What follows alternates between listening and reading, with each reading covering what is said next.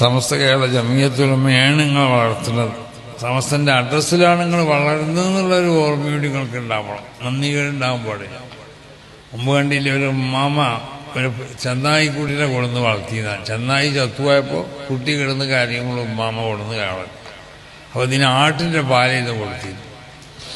അങ്ങനെ ചെന്നായി വളർന്നപ്പോൾ ചെന്നായിക്ക് തോന്നി ഞാൻ ചെന്നായിയായി വളരേണ്ടവനല്ല, ഞാൻ ആടായി വളരേണ്ടവനല്ല, ഞാൻ ചെന്നായി ആയിട്ടാണ് വളർന്നത്.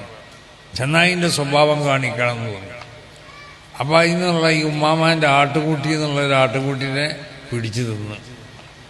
അപ്പോൾ ഉമ്മാമ പറഞ്ഞതെന്താ പറയുക, ബഖർത്ത സുവൈഹത്തി ഫജഅത ഖൽബി വഅൻതലി ഷാത്തിന വലതും റബീബു.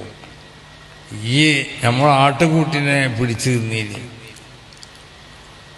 ഫജഅത ഖൽബി, എൻ്റെ ഹൃദയത്തിനെ നീ നോവിപ്പിക്കുകയും ചെയ്തു. വഅൻതലി ഷാത്തിന വലതും റബീബു, നമ്മളെ ആടിൻ്റെ വളർത്തുപുത്രനല്ലേ നീ. ആ ആടിന്റെ പാലല്ലേ നീ കുടിച്ചത്. റബീത ഫീന, നമ്മളല്ലേ നിന്നെ വളർത്തിയത്. ഫമൻ അമ്പാക്ക അന്ന അബാക്ക ദീപു, എൻ്റെ തന്ത ചെന്നായി എന്ന് പാര്യ പറഞ്ഞു തന്നു.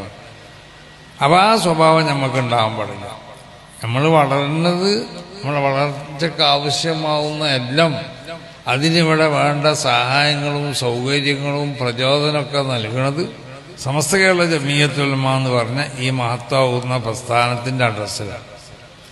അങ്ങനെ അതിൽ കൂടി വളർന്നു വന്നാൽ പിന്നെ നമ്മൾ ആ പ്രസ്ഥാനത്തിനെ എതിർക്കുകയോ അതിനെ വിമർശിക്കുകയോ അതിൻ്റെ പണ്ഡിതന്മാരെ ചീത്ത പറയുകയോ അല്ലെങ്കിൽ അവരെ ചെറുതായി കാണുകയോ ചെയ്യണ സ്വഭാവങ്ങൾ ഉണ്ടാകാൻ പാടില്ല.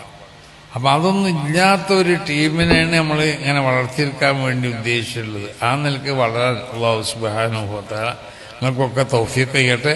നിങ്ങൾ എന്നും സമസ്ത കേരള ജമിയത്തുൽ ഉലമയുടെ പ്രവർത്തകരാവണം. അതിൻ്റെ നേതൃത്വ സ്ഥാനത്തിലേക്ക് വരേണ്ടവരാണ് നിങ്ങളൊക്കെ എന്ന ബോധം നിങ്ങൾക്കൊക്കെ ഉണ്ടാവണം. അതിന് പറ്റുന്നതായ ആ ക്വാളിറ്റി, അതിന് വേണ്ടതായ ആ നന്മയിൽ കൂടിയൊക്കെ ആവണം നിങ്ങൾ വളർന്നു വരേണ്ടത് എന്നുകൂടി നിങ്ങളോട് എല്ലാവരും ഉണർത്തിക്കൊണ്ട് എനിക്ക് ദർസുണ്ട്, ആ ദർസിൻ്റെ അടിയിൽ നിന്ന് പോകുന്നതാണ്. അപ്പോൾ എനിക്ക് വേഗം പോകേണ്ട ആവശ്യമാണ്. അതുകൊണ്ട് അല്ലാഹു സുബ്ഹാനഹു വ തആല നിങ്ങളെ ഈ സംരംഭത്തിന് അല്ലാഹു കബൂൽ ചെയ്യട്ടെ. നിങ്ങളൊക്കെ ഞാൻ അനുമോദിക്കുകയാണ്.